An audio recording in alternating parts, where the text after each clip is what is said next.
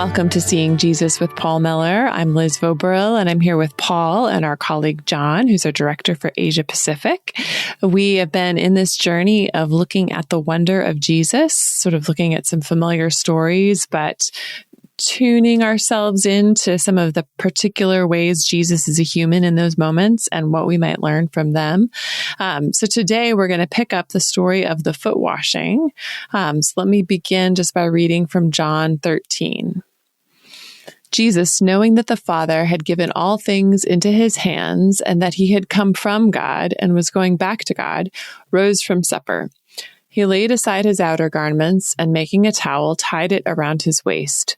Then he poured water into a basin and began to wash the disciples' feet and to wipe them with a towel that was wrapped around him. It's a really lovely passage that is very famous and, I guess, iconic in the church, of Jesus getting down and washing his disciples' feet. One of the things that's really remarkable about the passage is how detailed it is. Any thoughts on that, John, on this? Well, if you look at the beginning of that passage that Liz read, you get the big picture. Like, this is the moment that God has given all things into his hands. If you back up even further in the passage, it's like, this is the moment. And so it's like this big, broad statement. And then all of a sudden, when it comes to the foot washing, it slows down and gets really detailed into the nitty gritty. Yeah. I love, there's actually 7 verbs there that you can, and I'll read that again. Jesus rose from supper. That's the first one. Second, he laid aside his outer garments. Then he took a towel. Third, fourth one, he tied it around his waist. And then he poured water into a basin.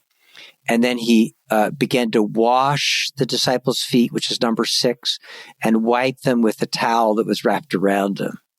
It just makes it so vivid. Like, you can see just every move. Paul, I feel like I've heard you say before that this is like that foot washing is mentioned in other, like, foot washing is a thing that happens, but in terms of the how-to manual, it might not get more clear than what we read here. Is that right? Yeah. I mean, first of all, foot washing was so common because dirt was so common. And if you weren't on a Roman road, which they had an amazing network of roads, but, even a big town would just usually have just 1 or 2 big roads, Jerusalem would have had a number of paved streets, but, the village, nothing was paved, and you're coming in. So feet were really dirty. And if they were dirty, they're mixed with manure because that was the exhaust, of animals. So they were smelly. And so, so a room filled with 12 men is going to smell.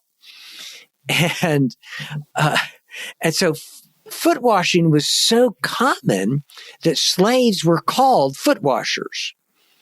Like, it was actually interchangeable with it was interchangeable. And yet this is the only actual description of foot washing. Like, that we had no idea what the technology was. We didn't know that they took off an outer garment. We didn't know that they would have a towel that they would use in the foot washing. It makes sense. I mean, it all makes sense, but then you would wrap, it was kind of efficient. You'd wrap the towel around your waist and then wash the feet and then dry them with a towel. So you just didn't leave them wet. There's like, this is the only description that we have of the entire ancient world of foot washing, and it comes from only as the Son of God incarnated. I mean, it's just kind of breathtaking to think that of the humility of the Son of God comes through in the very description itself. Well, in a much lesser way, I almost picture it's like in today's modern version, it'd be like a poet or a famous writer taking time to actually describe the steps of me taking the trash out. It's such a common thing that, we got to take the trash out, but it's like going through the steps of, John went into the can and pulled the drawstring on the plastic bag and, lifted it out, all of those details. It's just, it's insignificant because it's so common and it's not something that's glorious. And so why even write about it? Let alone remember. Right, John, when you take out the trash, do you put a replacement bag in or do you help Sonia does that? I hope she does it by the time I get back from the can. And then sometimes I forget and I'll say something like, I thought you were going to put the bag in there. So confessions. Indeed. Some of the technology of foot washing. Indeed. of trash taking out. On the foot washing, so we do Lent lunches, kind of free drop-in Bible studies every Lent and Advent at seeJesus. And so we were doing that. We do them on Zoom since people come from wherever. But I've been sharing paintings. And last week we talked about the foot washing and I found a new painting that I can put in the show notes here.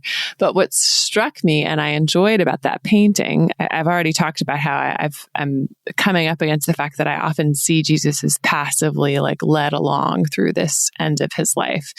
So I'm looking for images that show his presence of mind and action. So in this particular painting, you see his arm muscle in the act of foot washing, and you see the definition of his muscle. And I was like, that strikes me because, for one, I have been part of a few symbolic reenactments of the foot washing, but our feet are I think much clean. I've never been a part of it when the feet were actually dirty. So it's more like a dip and blot that is a part of the symbolic reenactment, right? But to see his muscle working in the washing, you're like, that took some. That was not a dip and blot kind of washing that's being described. What all of this suggests, remember John is written 60 years later, the Gospel of John, and John, yet he remembers every detail here.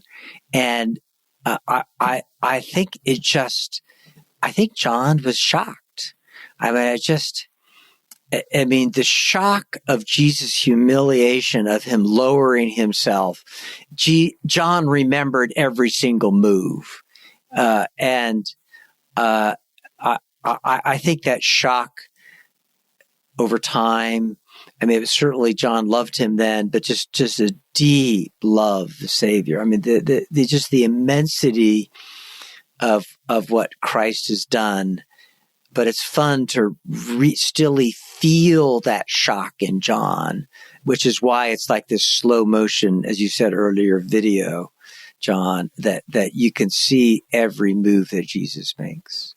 It's funny. I was with one of my best friends yesterday, and we were having lunch, and I realized we were sitting across the street from a restaurant where I had taken Sonia on our second date. And as I started recollecting that date with my friend and retelling the story, I realized there was a moment on that date. We had gone to see the Nutcracker ballet. It was during Christmas time.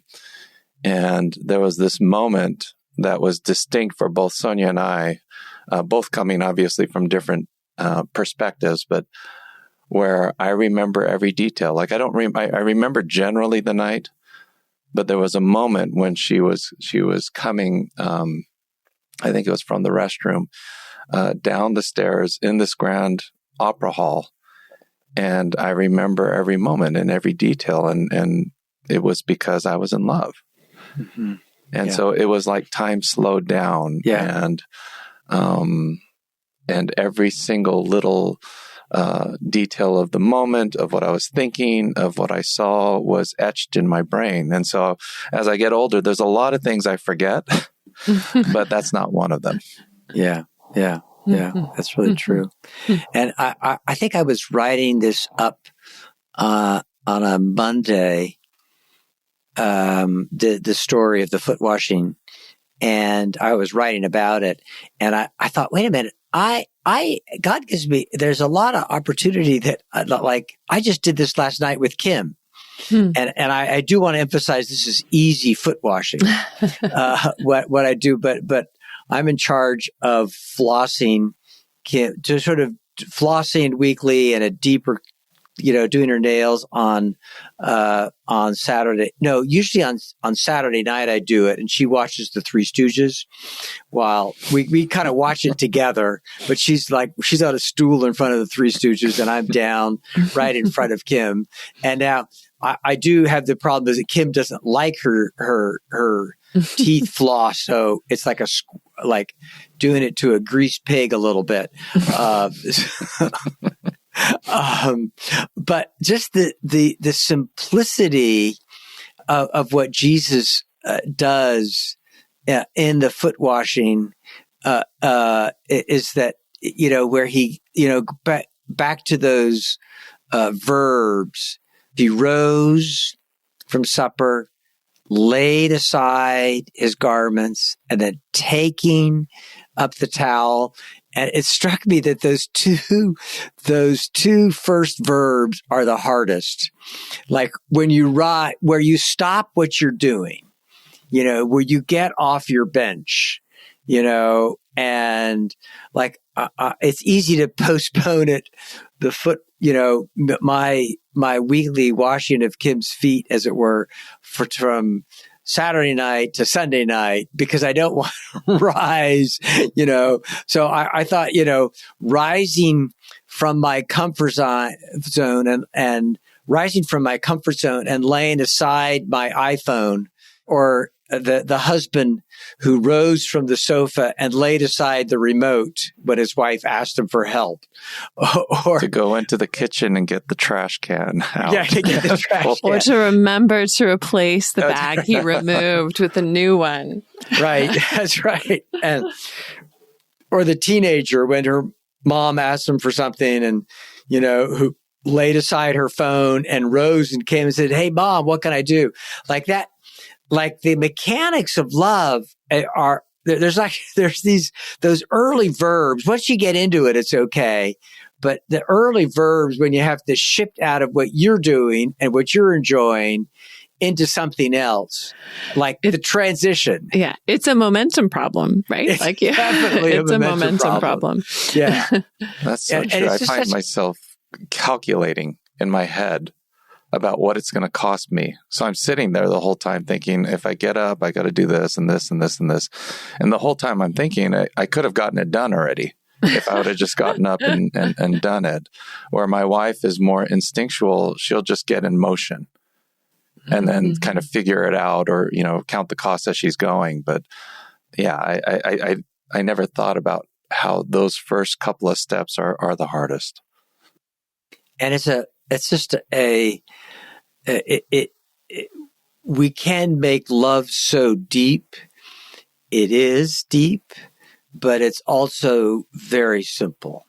And where what you're feeling in that resistance that you feel when he rose from supper and laid aside his outer garment, is you're feeling your will, your self-will to seek your own way in some ways. And again, just a caveat, this does not mean you always have to do what everybody says, or we're not saying that at all. But it's also just helpful to see that so much of love is this physical side to it. And I think we know that as Christians, but we can forget that and want loftier things to do, and just miss kind of for want of a better word, the simplicity of love and how physical it is. One of the things that the foot washing that Jesus does, John. Actually, the whole foot washing routine is like a J curve, because so Jesus leaves his place and goes down into the foot washing, and then he washes his feet. And then at the very end, John says Jesus then returns back to his place. And it's a mirror of the incarnation, his death and resurrection and exaltation. So what's beautiful about the foot washing then is that the whole foot washing scene does double duty. It's a description of love, which is Philippians 2, of that descent, the mind of Christ, and then God, his Father exalted him. But it's also a description of the journey of faith. It's something that it's his journey for us. So it's his redemption for us that we receive. And that comes through in the foot washing when Peter recoils, and Jesus makes an analogy to baptism, that unless I wash you, you have no part of me.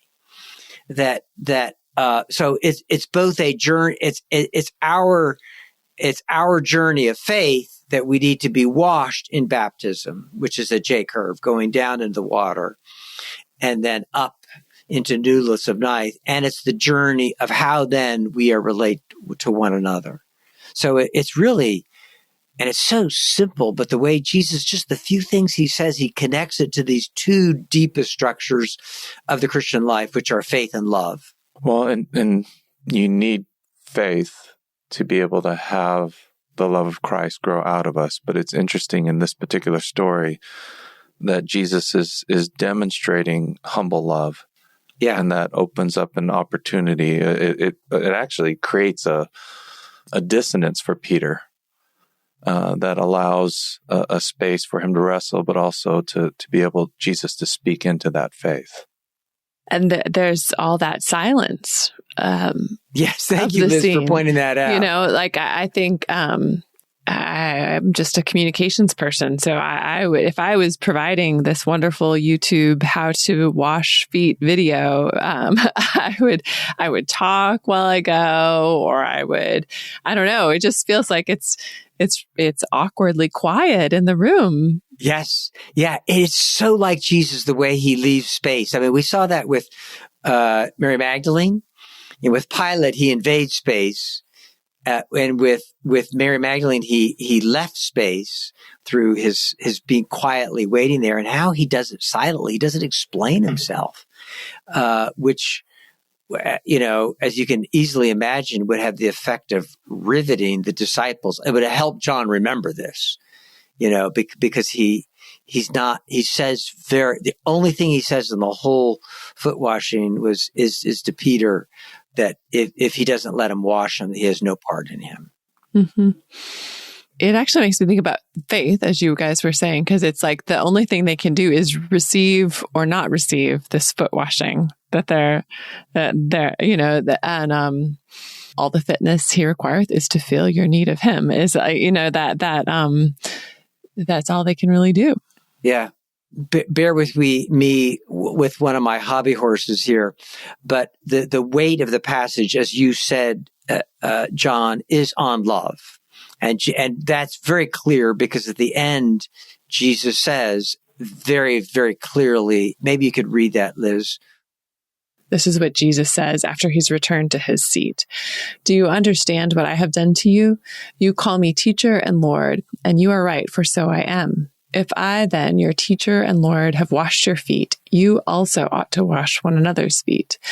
For I have given you an example that you also should do just as I have done to you. Truly, truly, I say to you, a servant is not greater than his master, nor is a messenger greater than the one who sent him. Yeah, I mean, it could not be clearer in that text that Jesus is saying this is an example. You know, it is a very clear example of WWJD. Like, it could not be, what would Jesus do? Like, it could not be clear. And he doesn't even say, and Jesus never, like, it's really comes through in John 14, 15, and 16, that the way I love you is how you're to love one another.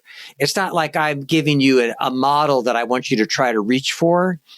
You know, it's like, I know life is hard, give it a shot, but there's weight to love.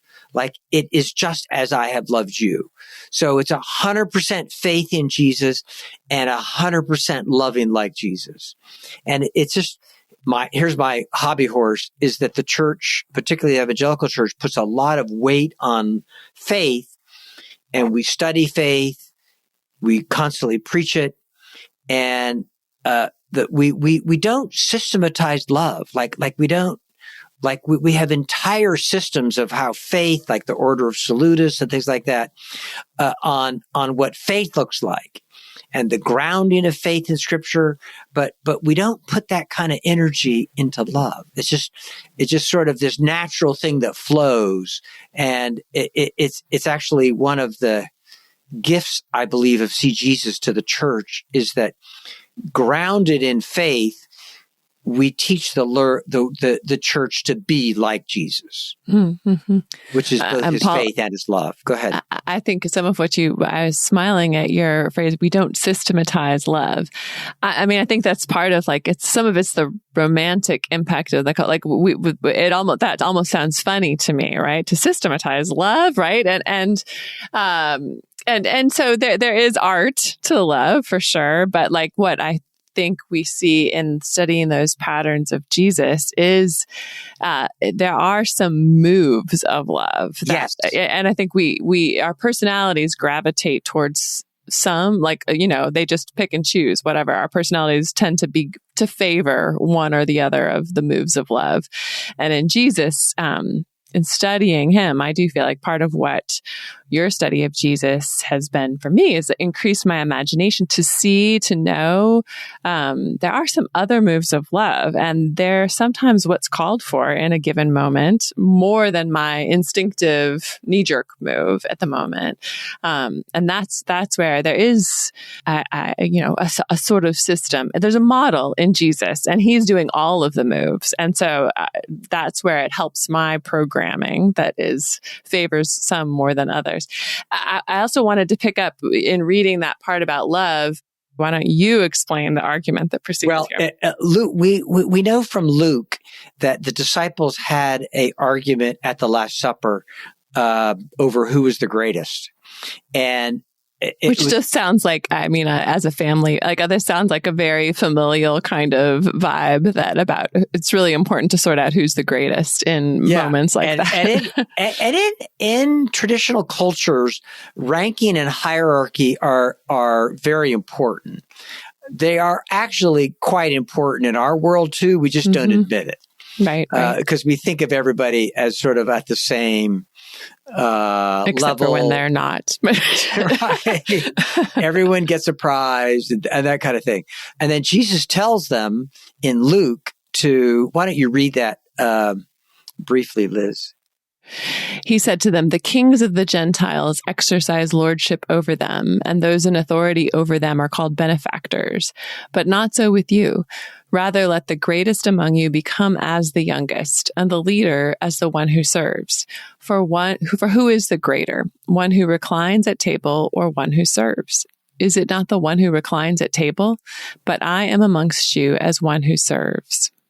Yeah, and it's interesting. Jesus actually describes a hierarchy in there that's a natural human hierarchy, is who's greater, the one who's serving or the one who's at the table. And this is an inference, but I think it's a pretty clear inference that then Jesus, as he said that, you could see him turning around and then serving as a slave. And it's just important to keep in your mind that this is what a slave does.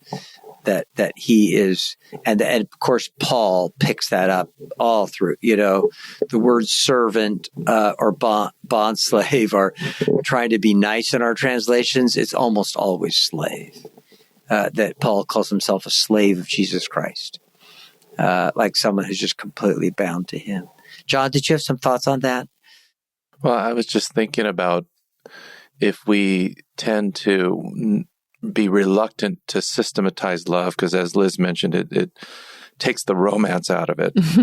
Right. It's not natural anymore. Like in a dating stage, if you came to somebody and said, "Let me tell you about my system of love," and give you this, systematic theology of love, obviously it would kill everything. It might not have worked in that moment at the Nutcracker you were describing, John. I think it's good you didn't say, Sonia, I want to introduce you. Well, the funny thing is that's how you start a typical dating relationship. It's more romantic. You're not going to give them, this systematized book of love or thesis. But if you get married, what really carries a marriage is not necessarily just the romance of that love, but it is this detail of what love actually carries out in a variety of ways. And so I think the Christian tendency is then to categorize love. So it's like you read this passage and you go, oh, servanthood. And so it's like we should be servants of people, which is true. But if you don't dig a little bit more deeply into what that servanthood entails, so just as you mentioned earlier, Paul, just the first 2 steps, let alone all 7, then you're beginning to think about love. And so sometimes we don't connect thinking and love together because that kills the feeling or the romance. Right. But then if you're able to really think about love in Jesus, in particular in this passage, then you're moved by that faith in Jesus and what you've discovered in Jesus to actually move in a likewise manner, both with intentionality and then even the feelings that come along with it. Yeah. That's well said. An example of how the church misses this is I have read what Liz, her opening reading of about those 4 or 5 verses in John 13. It's a little preamble to the foot washing and the foot washing, and they're about the same length. And I've read that. I've done this probably 8 or 9, probably more than that, times with small groups of pastors. And I ask them what jumps out to them in the text. So remember, there's the preamble that's sort of theological, and then that's John's reflections, and then there's their foot washing. I had one pastor out of about 50 mention the actual foot washing. Everybody talked about the preamble. And it's not bad, but it's like it's good. There's a lot of good stuff in the preamble, but we just don't notice the foot washing. It's just like it's just part of the background. It's kind of like when someone is a servant or a slave, they become part of the background. Like Jesus himself, the foot washing actually recedes. They're not used to studying humility. It actually has a structure to it, and there are pieces to it, and there's things you can learn about it. And there's a person who's with you in the humility. It's the Spirit, and he brings Christ and makes him present. And there's this whole rich, it's really about half the New Testament is on love. It's all intertwined. But and then I will tell the pastors, and I do think the reason they miss that is there's a lingering influence on the church's DNA of a Greek heresy called Gnosticism that deprecated the physical and that looked down on the physical. And I just think it's true generally that we'd rather not take out the trash, so you don't even need Gnosticism to not want to take out the trash. We prefer to do the forms of love that don't require rising from the couch. But in Gnosticism, you wanted to escape the body. You wanted to be out of it. And it leads to, views of heaven as floating on clouds. That to be spiritual is to be kind of floating above life. And it's one reason that we have all our Bible studies on our Person of Jesus series, and so many of our other studies, the J Curve, are grounded in the reality of both the Scripture and of life and in the New Testament. Well, and I think the preamble, if you look at it, it's talking about all these grand things that are true of the moment. His hour has come. Yes. And he knew it. And the devil and Judas Iscariot and Jesus knew that the Father had given all things into his hands and that he had come from God and was going back to God. Like as a movie director, this is the moment. And so it's like you expect if you're a movie director, and then he grabs a sword and then he leads a charge, and it's like, no. I mean, so the preamble not only sets the moment, but it actually enhances, highlights, punctuates what's just about to happen. Mm-hmm. Yeah, it really does. Yeah, absolutely. And this, I was thinking about the silence and the likely fact that this foot washing happens on the heels of Jesus telling him to stop arguing and to serve one another. I feel like that silence even makes it's like more palpable as a no, not what you're doing. This it's a pretty rich and robust silence around his foot washing. Just in closing, I just a quick couple stories. The first one isn't a story; it's Plato. So bear with me.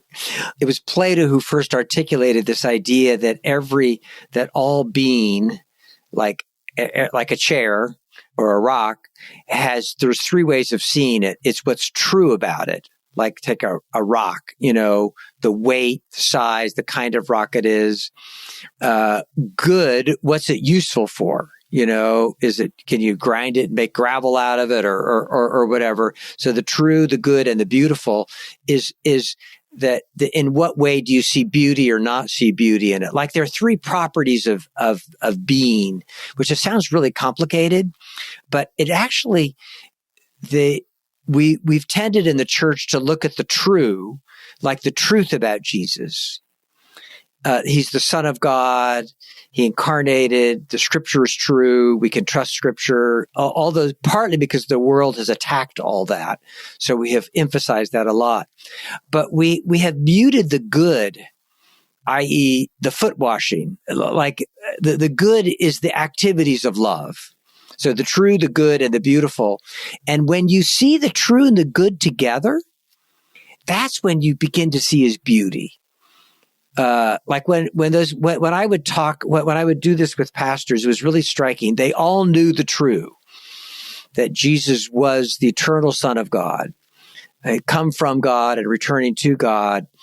They were weak on the good, i.e. they were weaker at seeing the foot washing in the text or reflecting on it. But as they begin to do that, you could see it in their quiet. Like they would, you could just, I've done so many of these interactive studies. They would stop thinking about me. And what they were encountering was beauty. That kind of flows out of that, seeing the true, and then the good, then really concentrating on the good. And then out of that, seeing beauty. And it's this sense of this wow. And it's so powerful to let people see the wow in Jesus, and to cultivate that. So that's kind of fancy. Let me try to make that simple. Kim, my daughter Kim, when you think of a beautiful woman, like in a catalog or something like that, she would not be on that. Her center of her face is a little concave. And her fingers are short and stubby. She walks kind of a stiff gait. She's not really, she's trouble with a lot of different things. And I'm even ashamed to say 30 years ago, I was embarrassed at times to be with her in public. And I have lost touch with that former self. But she looks beautiful to me, and I want to drop out the word look. She is beautiful. Like I really see her beauty. It's real. It's genuine. And and a lot of that came from just loving Kim. Just being with her and attentiveness to and love over time. And so it's a door that foot washing, constant different kinds of foot washing for Kim and enjoying her, loving her in different ways has deepened my love and helped me to see her beauty. All right. Well, thank you. Thank you, Paul. Thank you, John. Thank you for listening. And we'll be back again in a couple more weeks with another episode. Thanks, guys.